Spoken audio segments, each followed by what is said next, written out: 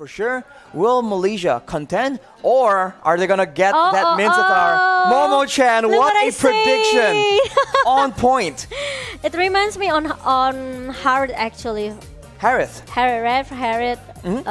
Never seen him again in the Land of Dawn, but seen every hero that has a dash power here. Minsitar always be the counter. Especially, Joy is very, very strong right now because he's quite new, right? Joy, she's very new. So if Malaysia they don't counter this Joy, it's gonna be a disaster. It's gonna be very, very dangerous for Malaysia. So I really like this Minsitar pick. But the thing is, Minsitar, yes. It's in my humble opinion, I just feel that he doesn't have enough movement speed, right? He's very, very slow and he really needs to be very tanky. Of course. Yeah. Right now he is the only main hero, but hang on a minute. Malaysia might be going for 2 tanks, 2 hooks as well. Interesting, considering the fact that they, at a glance, want to kite back. And Momo-chan was talking about the speed. Cambodia with the Rafaela as well. That's movement speed and slow for Malaysia. Is he gonna beat Minsitar jungler? Or No is it way. gonna be Benedetta jungler? I think Benedetta makes more sense. Makes but more sense? This is Malaysia. Yeah. This is Malaysia. We talk about Malaysia, right? They always comes out with a new story or maybe a different things here. But Franco, like what Arashi mentioned it earlier, it's very interesting, and there you go. They lock it already, Arashi. It's gonna be Franco. It's gonna be a Franco and a Minsitar, and it seems like Leslie Benedetta. Oh, wait, what? Chiku? Franco jungler? Hold up, wait, hold on. This is not okay. What is going on here? I really like the playstyle from Formace, right? You know how Ladies and gentlemen, let's get straight to it. Game number 1 between Cambodia and Malaysia. And as we suspected, it's a Franco in the jungle from Chiku. What in the world is going on? Wow, okay. I guess with Malaysia, it is what it is. It is what it is. There's no point being surprised anymore. But now, look at that already. Tai actually trying to make a bit of a distraction, but he might just get punished. Chiku and Yums going in aggressively, and Tai will be able to dash away on that Rafaela. But unfortunately, it does seem like Yums is going to be attacked by Deja, but everyone backs away. It's just all good. But Tai will be recalling, and that will be Malaysia just having a lot of pressure in the early game. But I think the concern here for Chiku on that Franco is the farming, because with that bounty hunter emblem, he's gambling on actually getting very fewer camps and actually ganking a lot more. It fits the Malaysian playstyle, but we'll have to see if Cambodia has an answer. Yeah, let's see. It's quite, maybe a little bit tricky here because they will bring that Franco jungler. It's new for me, to be honest, but I really like that Minsitar pick here. So we will see what will Malaysia do with this Franco jungler. But Deja will comes and try to clear the minion as soon as possible. And Formace, I think he can still trying to clear the top lane without any concern that coming from the Cambodia team here, and Boom still able to let the passive playstyle coming from Formace here, because Formace seems need to get the level 4 first. Right, with level 4, Formace becomes a completely different hero. He does have the combo with the Petrify and the Electro Final Blow, but for now, it just seems like it's a very wave-heavy situation. But look at that fight, Chico guys getting bursted down. First blood picked up by Deja on that new hero, on the Joy, but that will be Moon trading back a kill. The turtle though gets stolen in the middle of everything by Lutu, and the Malaysians, they want vengeance. They keep going in, and Yums is chasing down Boom. Boom gets taken down, and then everyone else follows suit. That's a double kill for Yums and the Malaysians. Assert their dominance. Wow, and let's see. Malaysia, they still able to get the third kill here, especially for Yums, right? With that 2 kills. This is what I see from Deja. Now, is he still level 1?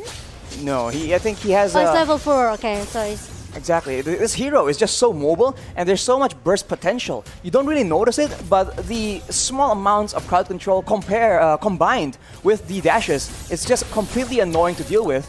And in that mid lane, look at that wave clear.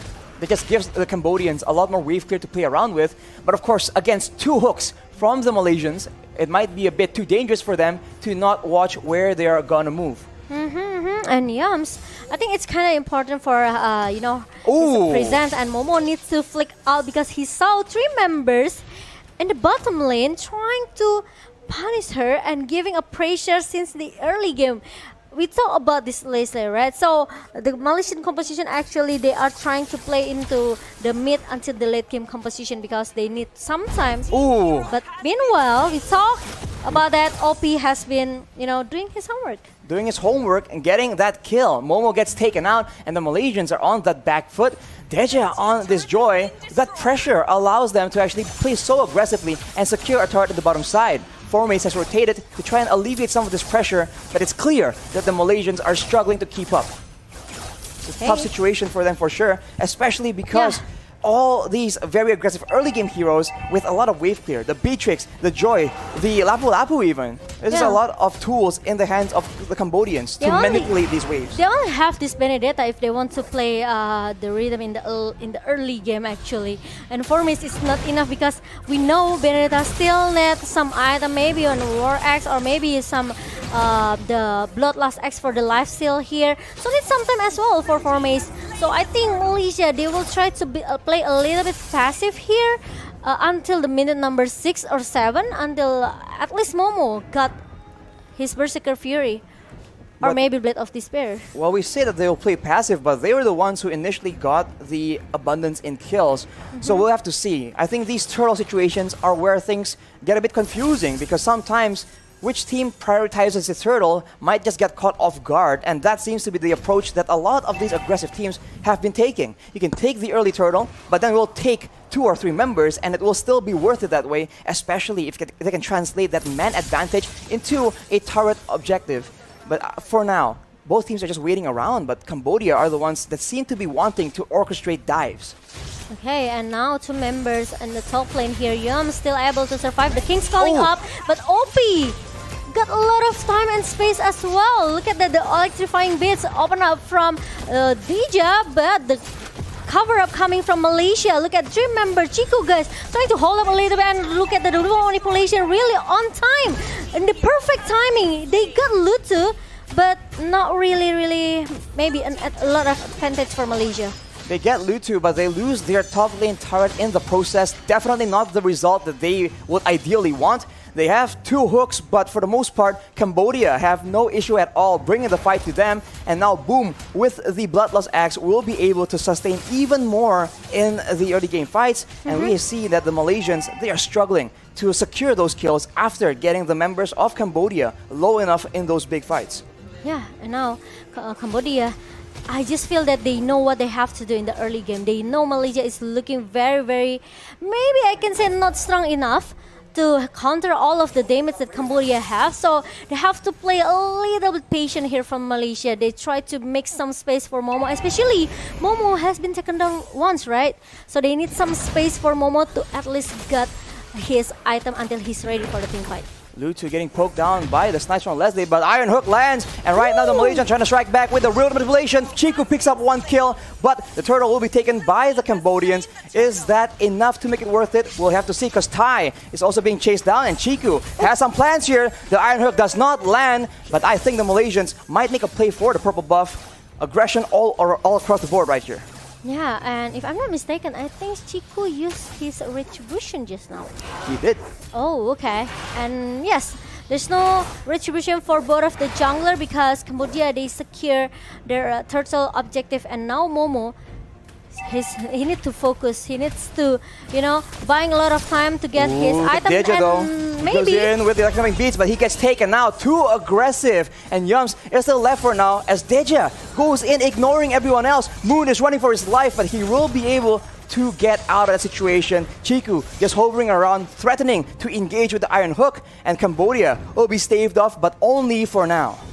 Yeah, only for now. Now, for me, it's 1 versus 4. Petrify for 2 members here. Now, an electric blow pops up, but the damage from OP is just way too strong. And now, boom, dive too much, going into the turret in the mid lane. Oh, but look at that. That was really a good point coming from Cambodia here. Yums down, and Chiku, I think he cannot do that much because Momo, finally with the backups coming from Momo, at least it makes Moon can try to survive a little bit here. what an engage coming in from Boom on the Lapu Lapu, just going in very aggressively and even juking out, surprising the Malaysians with that flicker. That is insane. Also the combo with the Braver Fighter, right? To think that in the beginning, Formace was able to get a huge Electro final blow with that Petrify. That really started off the fight in favor of the Malaysians, but the Cambodians, they just counter straight back.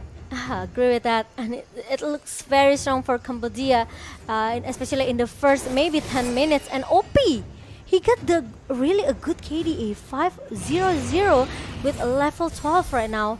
If you compare to Momo, there's a 3 level different gap.